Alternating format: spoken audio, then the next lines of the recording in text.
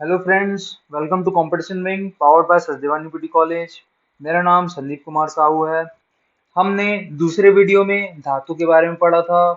तीसरे वीडियो में हमने 10 क्वेश्चन का क्वेश्चन बैंक लेके आया था आपके लिए, जो कि प्रैक्टिकल, काफी हद तक प्रैक्टिकल बेस्ड था और जनरल साइंस से ही रिलेटेड था। ठीक है, तो हमारे इस साइंस सीरीज के फोर्थ लेक्चर में आपका स्वागत है। आइए शुरू करते हैं। इसमें हम देखिए, दूसरे वीडियो में हमने धातु पढ़ा था, उसके बाद हमने 10 क्वेश्चन किए। अभी हमारा चौथा वीडियो है, इसमें हम क्या पढ़ेंगे? मेटलर्जी, धातु क्रम। तो ये जो वीडियो है, ये ये मेटलर्जी ऑफ आयरन और कॉपर का बेसिक है इसमें, और इसमें प्री के लिए और व्यापम के लिए क्वेश्चंस निकलते हैं, तो इसको ध्यान से देखिएगा। चलिए शुरू करते हैं। तो मेंस के लिए देखते हैं। अगर मेंस में अगर सिंपल मेटलर्जी लिखा हुआ है तो उसका डेफिनेशन यहाँ पे सीधा हो जाएगा। धातु क्रम अगर लिखा है तो धातु का एस से निकाला जाना, निकाले जाने की प्रक्रिया, ठीक है, क्या कहलाएगी? आपकी मेटलर्जी। और अगर ज्यादा मार्क्स के लिए पूछा है तो ये डायग्राम बहुत इंपॉर्टेंट है। ये डायग्राम में देखिए, आपको यहाँ पे लिखा है सांद्रण, कॉन्सेंट्रेशन, उसके बाद निष्कर्षण। ये यहाँ तक पूरा प्रोसेस क्या है? निष्कर्षण। उसके बाद आखिरी में क्या आएगा? शोधन। तो ये 3 प्रोसेस होते हैं, 1 2 3। यही है आपका क्या? धातु क्रम। ठीक है, यहाँ पे मैंने आपको शॉर्ट में समझाया है। आगे हम देखेंगे कि सांद्रण के अंदर क्या क्या प्रक्रियाएं हैं, क्या क्या विधियां हैं। उसके बाद हम देखेंगे कि निष्कर्षण में क्या क्या विधियां। उसके बाद देखेंगे हम शोधन में क्या क्या। ठीक है, पहले उसके पहले आगे बढ़ने से पहले हम यहाँ पे देख लेते हैं कि यहाँ पे डायग्राम में दिया क्या है। ठीक है, तो यहाँ पे डायग्राम में दिया है, जो कि पहले मैं बताया आपको, 3 प्रोसेस दिया हुआ है। और यहाँ पे दिया है हाई रिएक्टिव मेटल्स के साथ क्या होगा? विद्युत अपघटन के साथ उसका क्या करेंगे? प्रक्रिया करेंगे और प्योर धातु निकालेंगे उसमें। ठीक है, और यहाँ पे मध्यम जो रिएक्टिविटी होगा, ठीक है, तो उसके साथ हम क्या करेंगे? अगर वो कार्बोनेट ओर है तो उसके साथ क्या करेंगे? कैल्सिनेशन, निस्तापन करेंगे। इसको याद कैसे करेंगे? कार्बोनेट ओर का Ca, कैल्सिनेशन का Ca, तो Ca Ca। ठीक है, कार्बोनेट और कैल्सिनेशन, कार्बोनेट ओर के साथ क्या करेंगे? कैल्सिनेशन। बच गया क्या? सल्फाइड। सल्फाइड के साथ क्या करेंगे हम? Roasting, version. ठीक है, अब ये दोनों डिफरेंस क्या होता है? Calcination, absence of air, absence of air, और ये रोस्टिंग, प्रेजेंस ऑफ एयर। ठीक है, तो ये हो गया मेन डिफरेंस। तो यहाँ पे समझ में आ गया हम ये सब क्यों कर रहे हैं। ऑक्साइड चाहिए हमको मेटल का। हमको क्या चाहिए? ऑक्साइड चाहिए मेटल का। फिर उसका क्या करेंगे हम? अपचयन करेंगे, रिडक्शन करेंगे उस मेटल का। ठीक है, फिर हमको एक मेटल मेटल मिलेगा, फिर मेटल का क्या करेंगे हम? प्यूरिफिकेशन करेंगे, शोधन। ठीक है, तो शोधन में भी कुछ कुछ स्टेप्स हैं, इसको भी देखेंगे आगे। फिर आखिरी में क्या क्या दिया है यहाँ पे? Metal of low reactivity. तो ऐसे आप डायग्राम अच्छे से बना के बता सकते हैं कि आपको अच्छे से आता है, अगर मेंस में ज्यादा मार्क्स के क्वेश्चंस आते हैं। यहाँ की प्री प्री के लिए यहाँ पे 2-3 क्वेश्चंस लिखे हुए हैं, है ना। कार्बोनेट के लिए क्या करेंगे, सल्फाइड के लिए क्या करेंगे। ठीक है, और ये प्रोसेस थोड़ा सा याद है तो मान लो अगर इससे क्वेश्चन बना के पूछता है आपको तो आप उसका आंसर दे सकते हैं प्री के लिए और व्यापम के लिए। चलिए अब देखते हैं जो स्टेप्स हमने डिस्कस किए, सांद्रण, निष्कर्षण और शोधन का। तो सबसे पहले सांद्रण, कॉन्सेंट्रेट करना है हमको। पहले क्या करना है? आयस को कॉन्सेंट्रेट करना है। ठीक है, तो उसको क्या है? गैंग से हमको क्या करना है? अलग करना है। गैंग का स्पेलिंग अलग लिखा हुआ है यहाँ पे। गैंग से क्या करना है हमको? अलग करना है उसको, तो उसी को क्या बोलते हैं हम? कॉन्सेंट्रेशन, सांद्रण। ठीक है, उसके सांद्रण में सबसे पहले स्टेप क्या आएगा हमारा? ग्रेविटी सेपरेशन मेथड, गुरुत्वीय पृथक्करण। अब गुरुत्वीय पृथक्करण जो है धातु क्रम जो लोहे का है उसमें बहुत इंपॉर्टेंट, तो वहां पे हम इसको डिटेल से डिस्कस करेंगे। ठीक है, आप यहाँ समझ रहे होंगे कि गुरुत्वीय पृथक्करण में जो भारी होगा, ठीक है, तो वो नीचे आ जाएगा, तो नीचे आने से जो इम्प्यूरिटीज बच जाएगी ऊपर, उसको वहां से हटा लेंगे, और ये जो भारी अयस्क नीचे आएगा तो उसको वहां से हम क्या बाहर निकालेंगे। तो इसको हम और आगे देखेंगे, धातु क्रम हम जब लोहे का पढ़ेंगे। ठीक है, अब हम इसके लिए अभी इसको हम क्या छोड़ देते हैं। ठीक है, तो सांद्रण का दूसरा प्रोसेस क्या हो गया? इलेक्ट्रोमैग्नेटिक सेपरेशन, विद्युत चुंबकीय पृथक्करण। इलेक्ट्रोमैग्नेटिक सेपरेशन कैसे होगा? अब जो ओर होगा, अयस्क जो होगा, उसको हम क्या करेंगे? पाउडर फॉर्म में कर लेंगे। ठीक है, बहुत फाइनली क्या कर लेंगे? ग्राउंड कर लेंगे। फिर उसके बाद क्या, कन्वेयर बेल्ट में वो चलाएंगे और यहाँ पे इलेक्ट्रोमैग्नेट होगा। क्या होगा कि जो मैग्नेट से मेटेलिक ओर जो होगा वो क्या होगा? अट्रैक्ट हो जाएगा और वो पास में गिरेगा आपके, और जो नॉन मेटेलिक होगा वो दूर गिरेगा। ठीक है, तो यहाँ पे क्या होगा? आपको कॉन्सेंट्रेटेड ओर मिल जाएगा आपको। ठीक है, तो ये है हमारा विद्युत चुंबकीय पृथक्करण। देखिए डायग्राम बिल्कुल आ सकता है। उसके बाद आता है तीसरा, साधारण का तीसरा प्रोसेस।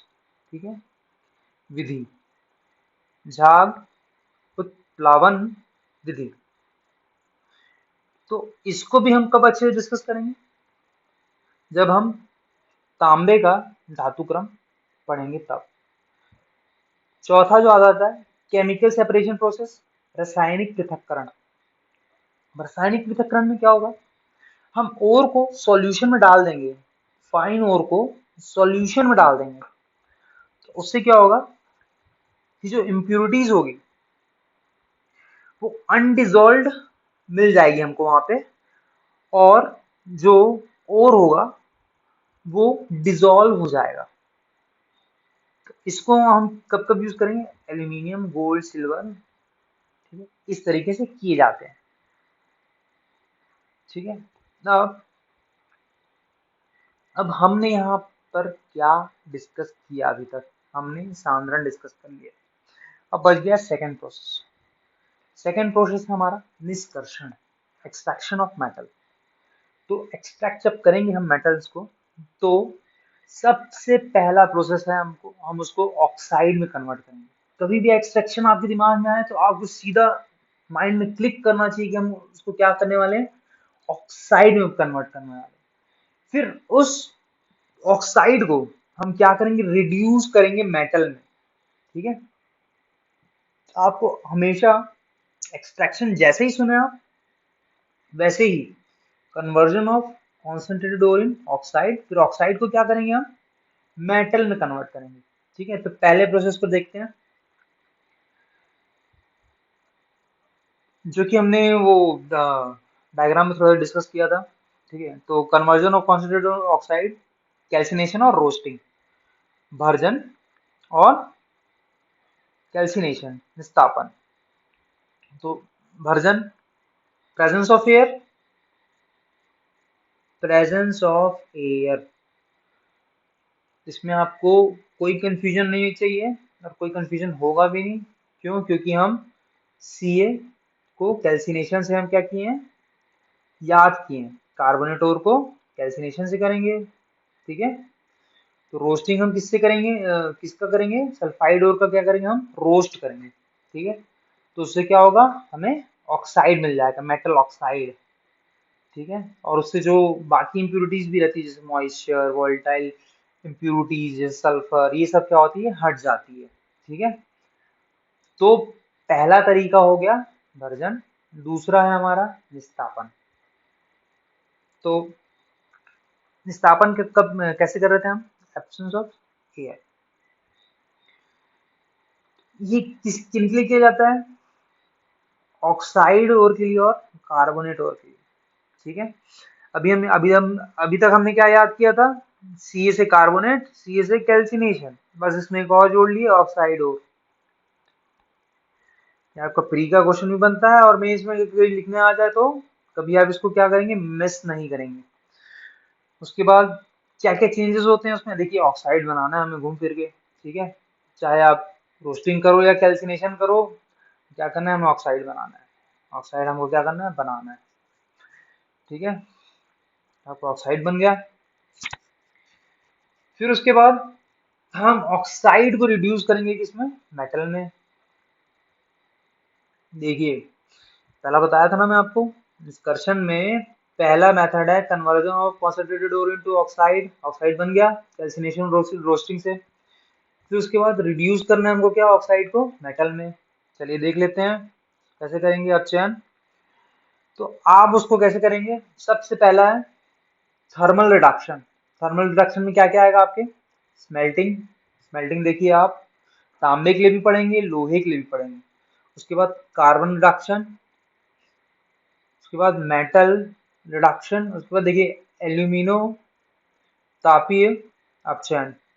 ठीक है, तो एल्यूमिनो तापीय विधि। ठीक है, थर्मल रिडक्शन को बोलते हैं तापीय अपचयन।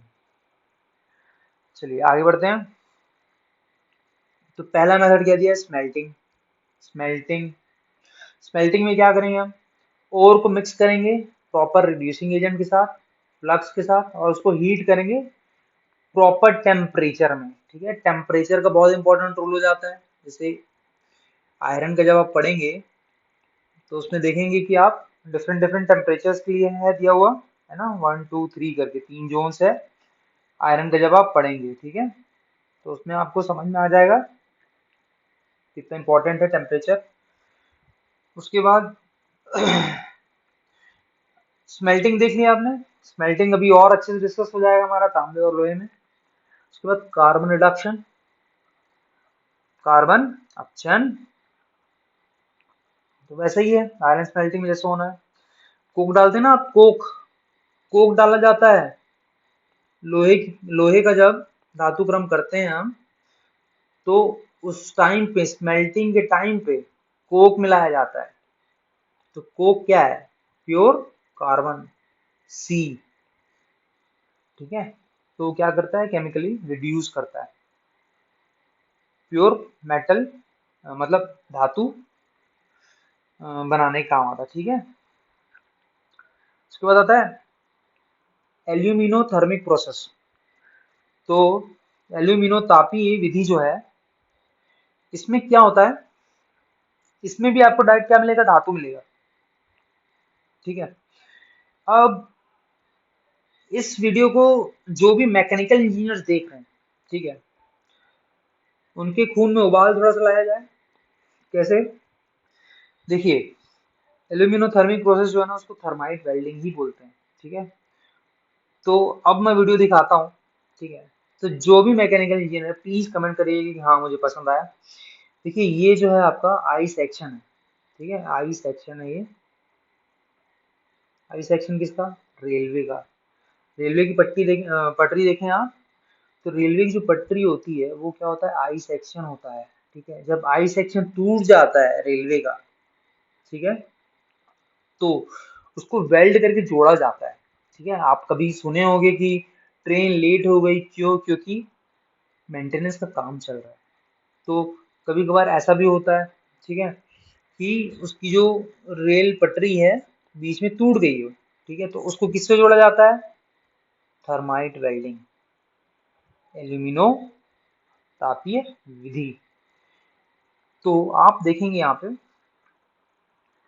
एल्यूमिनियम, देखिए इसमें देखिए केमिकल रिएक्शन होता है, डिस्प्लेसमेंट रिएक्शन होता है, देखिए एकदम सिंपल सा है। ठीक है, इसमें क्या होता है, Al2O3 को हम लोहे से क्या करते हैं, रिएक्ट करा देते हैं। ओ सॉरी, Fe2O3 को हम एल्यूमिनियम के साथ क्या करते हैं, रिएक्ट करा देते हैं। तो क्या होता है इसमें, देखिए इसमें जो है ना, एल्यूमिनियम जो है वो हाई रिएक्टिव है, आयरन के कंपैरिजन में। तो क्या होता है कि Al जो है ना वो Fe को रिप्लेस कर देता है, तो आपका जो एंड प्रोडक्ट बनता है Fe प्लस Al2O3। ठीक है, डिस्प्लेसमेंट रिएक्शन हो गया आपका। तो उससे क्या होता है, जो लोहा निकलता है वो उससे क्या होता है, ये वेल्ड हो जाता है। तो ये है आपका एल्यूमिनो तापी विधि। अब इसमें इसी में हम देखते हैं धातु प्राप्त करने की विधि में थर्मल अपचयन में ही हमारा आ जाएगा इलेक्ट्रोलिटिक रिडक्शन। ओ सॉरी सॉरी सॉरी सॉरी। अब देखिए यहाँ पे क्या हुआ, थर्मल रिडक्शन में हमारे ये हो गए पूरे। ठीक है, अब दूसरा मेथड जो है वो है हमारा इलेक्ट्रोलाइटिक रिडक्शन। ठीक है, तो इसमें देखेंगे highly electropositive metal like alkali metals, alkali metal, aluminium etcetera can not be obtained by chemical और थर्मल रिडक्शन। ठीक है, तो हाईली रिएक्टिव। ठीक है, तो क्या हाईली इलेक्ट्रोपॉजिटिव और ये क्या है, हाईली रिएक्टिव भी है। तो वो जो टेबल हमने पढ़ा स्टार्टिंग में, तो उसमें सबसे लेफ्ट साइड में था, है ना, जो हाई रिएक्टिव के लिए है। तो हाई रिएक्टिव क्या है कि सोडियम। ठीक है, तो ये इस विधि से क्या होंगे, प्राप्त होंगे। उसके बाद तीसरा आता है रासायनिक अपचयन, केमिकल रिडक्शन। देखिए इसमें डिस्प्लेसमेंट होगा, similar to displacement reaction precipitation method. ठीक है, डिस्प्लेसमेंट एक अभी हमने पढ़ा, क्योंकि थर्माइट वेल्डिंग हो जाता है क्योंकि टेम्परेचर बहुत ज्यादा प्रोड्यूस होता है, तो इसलिए उसको हम क्या बोलते हैं, थर्मल की कैटेगरी में रखे हैं। ठीक है, तापीय की कैटेगरी में इसलिए उसको रखे हुए हैं। ठीक है, अब आता है हमारा लास्ट प्रोसेस। अभी हमने, ठीक है, आयस को दो प्रक्रिया से पास कर दिया है। ठीक है, अब हमें क्या है, मेटल धातु मिल गया है। ठीक है, पर वो एकदम प्योर नहीं है। ठीक है, तो दो प्रक्रिया हमारी पहले की हो गई, जो कि कॉन्सेंट्रेशन थी, और दूसरी दूसरी प्रक्रिया क्या थी हमारी, निष्कर्षण थी, जिसको हम बोलते हैं क्या, एक्सट्रैक्शन। अब तीसरी विधि जो है हमारी वो है शोधन। अब प्यूरिफिकेशन में देखते हैं हम फिजिकल मेथड। तो फिजिकल मेथड में भौतिक प्रक्रिया। ठीक है, तो इसमें देखेंगे हम लिक्विफैक्शन, जिसको हम बोलते हैं द्रवण। ठीक है, तो शोधन में भौतिक विधि के अंदर सबसे पहला मेथड है हमारा द्रवण।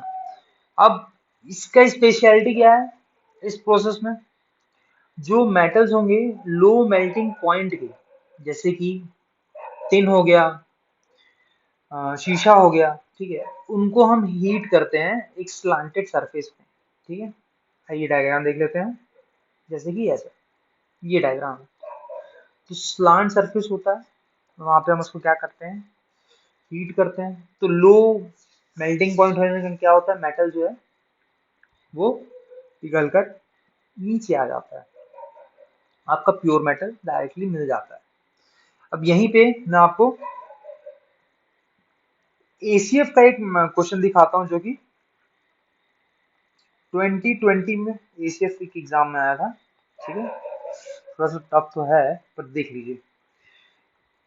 अब देखिए आपने आपने यहाँ पे क्या पढ़ा, द्रवण में आपने क्या पढ़ा कि जो लो मेल्टिंग पॉइंट वाले होते हैं मेटल, जैसे कि शीशा, तो वो क्या होगा, लो मेल्टिंग पॉइंट होने के कारण तुरंत पिघल के नीचे आ जाएगा और आपको प्योर मेटल मिल जाएगा।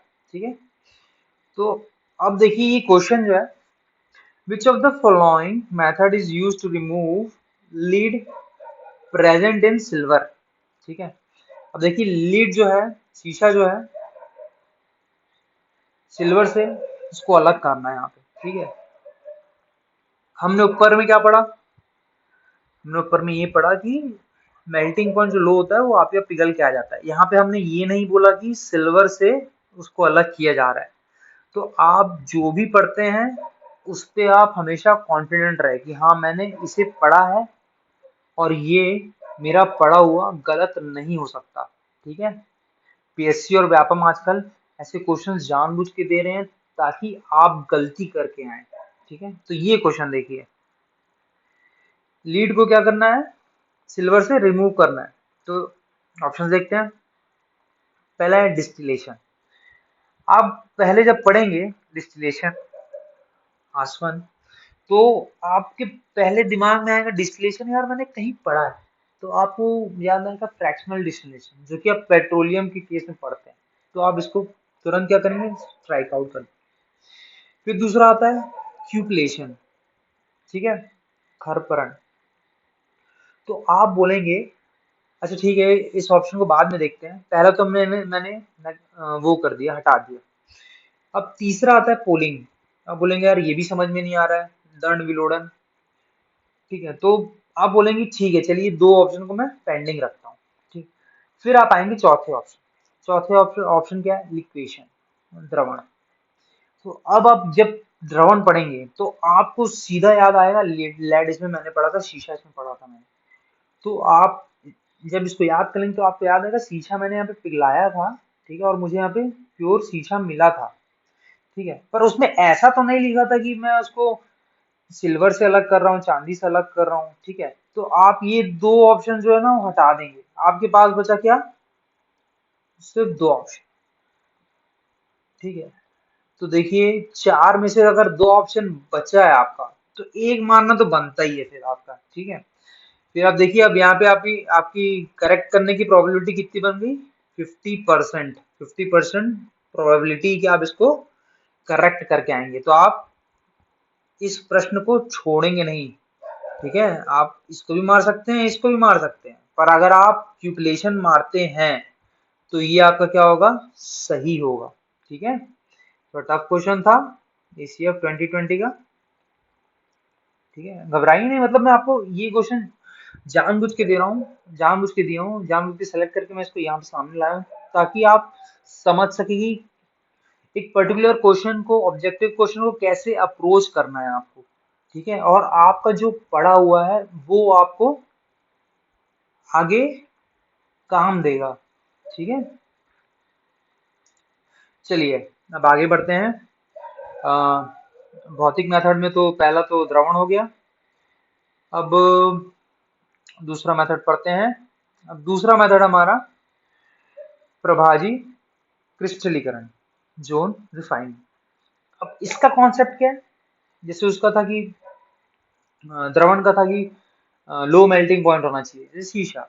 अब इसका इसका कॉन्सेप्ट क्या है, इसका प्रिंसिपल है इम्प्यूरिटी रिड्यूस कर देता है मेल्टिंग पॉइंट ऑफ मेटल, ठीक है। तो आप फ्रैक्शनल क्रिस्टलाइजेशन में क्या करेंगे आप, देखिए फ्रैक्शनल क्रिस्टलाइजेशन में क्या करेंगे आप, इसको एक तरफ से यहां से, ठीक है, ऐसा गर्म करते हुए पूरा आप आखिरी तक ले जाएंगे, ठीक है। तो आप अगर इसको रिपीटेडली करते हैं आप, ठीक है, 10 बार, 11 बार, 15 बार, ठीक है, एक तरफ से दूसरी तरफ ले जाएंगे, तो जो आपको जैसे यहाँ पे जो मिलेगा आपको, ये क्या होगा, आपका प्योर मेटल होगा, ठीक है।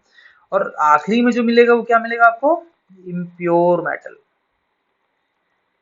ठीक है। तो ये हो गया आपका जोन क्रिस्टलाइजेशन, जोन रिफाइनिंग और फ्रैक्शनल क्रिस्टलाइजेशन, ठीक है। अब आते हैं केमिकल मेथड। केमिकल मेथड किसका, ठीक है, तो शोधन का, ठीक है। अब शोधन का क्या, शोधन का केमिकल मेथड में इसमें देखेंगे वैन आर्कल मेथड, ठीक है। वैन आर्कल मेथड में टाइटेनियम और जिरकोनियम का क्या होता है, रिफाइनिंग होता है। इसको आप अच्छे से याद कर लीजिए, क्या होता है उसका, रिफाइनिंग होता है, ठीक है। इसका मेथड क्या है, इसको आप पढ़ लीजिएगा, ठीक है। बहुत बहुत हद तक चांसेस है कि मेंस में ना आए, ठीक है, मेंस में बहुत हद तक चांसेस है कि ये ना आए, ठीक है। पर प्री के लिए आ सकता है, सिंपल पूछ सकता है कि वैन आर्गल मेथड किस लिए यूज किया जाता है, टाइटेनियम और जिरकोनियम के लिए। तो एकदम सिंपल सा क्वेश्चन बनता है, ठीक है, प्री के लिए, इसलिए मैं बता दिया आपको। अच्छा थोड़ा सा और बता देता हूँ आगे बढ़ने के लिए। इसमें क्या होता है कि अनस्टेबल कंपाउंड होता है टाइटेनियम आयोडाइड। अनस्टेबल होने के कारण क्या होता है, आयोडाइड इसमें छोड़ के फिर प्योर टाइटेनियम दे देता है, ठीक है, प्योर टाइटेनियम दे देता है। तो ऐसा ये मेथड है। उसके बाद दूसरा हमारा मेथड है इलेक्ट्रोलिटिक रिफाइनिंग। इसके पहले भी हमने पढ़ा था इलेक्ट्रॉन रिफाइनिंग, ठीक है। तो कभी भी इलेक्ट्रोलिटिक रिफाइनिंग आपके सामने आता है तो सबसे पहला चीज आप क्या करेंगे, एनोड में इम्प्योर मेटल को रखेंगे। एनोड में इम्प्योर मेटल को जब रखेंगे तो क्या होगा, जब इलेक्ट्रिसिटी पास करेंगे आप तो यहाँ से प्योर मेटल निकल के कैथोड की तरफ जाएगा, ठीक है, कैथोड की तरफ जाएगा। तो जो इम्प्योरिटीज होगी वो नीचे क्या होगी, सेटल डाउन हो जाएगी। तो फिर आपको प्योर मेटल कहाँ मिलेगा, आपको कैथोड में मिलेगा, ठीक है। तो यहाँ तक था हमारा क्या, शोधन। तो 3 प्रक्रियाएं थी मेटलर्जी में, धातु क्रम में, हमने उसको यहाँ तक देखा, ठीक है। यहाँ तक आपको समझ में आ गया कहाँ कहाँ आपके ऑब्जेक्टिव क्वेश्चंस बन रहे हैं। जैसे अभी मैंने आपको बताया एनोड में कैसे किसको रखेंगे, इम्प्योर को रखेंगे। तो हो सकता है स्टेटमेंट बना के देते। देखिए 2021 के प्री में एक भी केमिस्ट्री का क्वेश्चन नहीं आया है, ठीक है। तो आपको 22 के प्री के लिए बहुत अच्छे से तैयारी रखनी है। हो सकता है 2 क्वेश्चन आपको डायरेक्टली केमिस्ट्री से मिल जाए, ठीक है। और एससीईआरटी के चारों तरफ ही घूमता है पीएससी, उसके ऊपर नहीं जाता है, और व्यापम भी उसके ऊपर नहीं जाता है। तो आपको यहाँ पे ध्यान रखना है, ठीक है। तो यहाँ तक हमारा मेटलर्जी का बेसिक कवर हो गया, ठीक है। अब इसके बाद वाले वीडियो में तांबा और लोहे का धातुक्रम लेके आएंगे हम, ठीक है। उसमें हम मेंस पर्सपेक्टिव से खासकर देखेंगे ही, और उसमें हम ये भी देखेंगे कि प्री के लिए क्या क्या क्वेश्चंस बने हैं और बन सकते हैं, जैसे कि कॉपर मैट, ठीक है। तो मैट क्या होता है, तो MATTE मैट, ठीक है, क्या होता है। तो ये सब जो ऑब्जेक्टिव क्वेश्चंस कॉपर के मेटलर्जी से संबंधित है, तो ये सब हम आगे देखेंगे। यहाँ तक के लिए इतना ही। Have a very nice day. Thank you very much.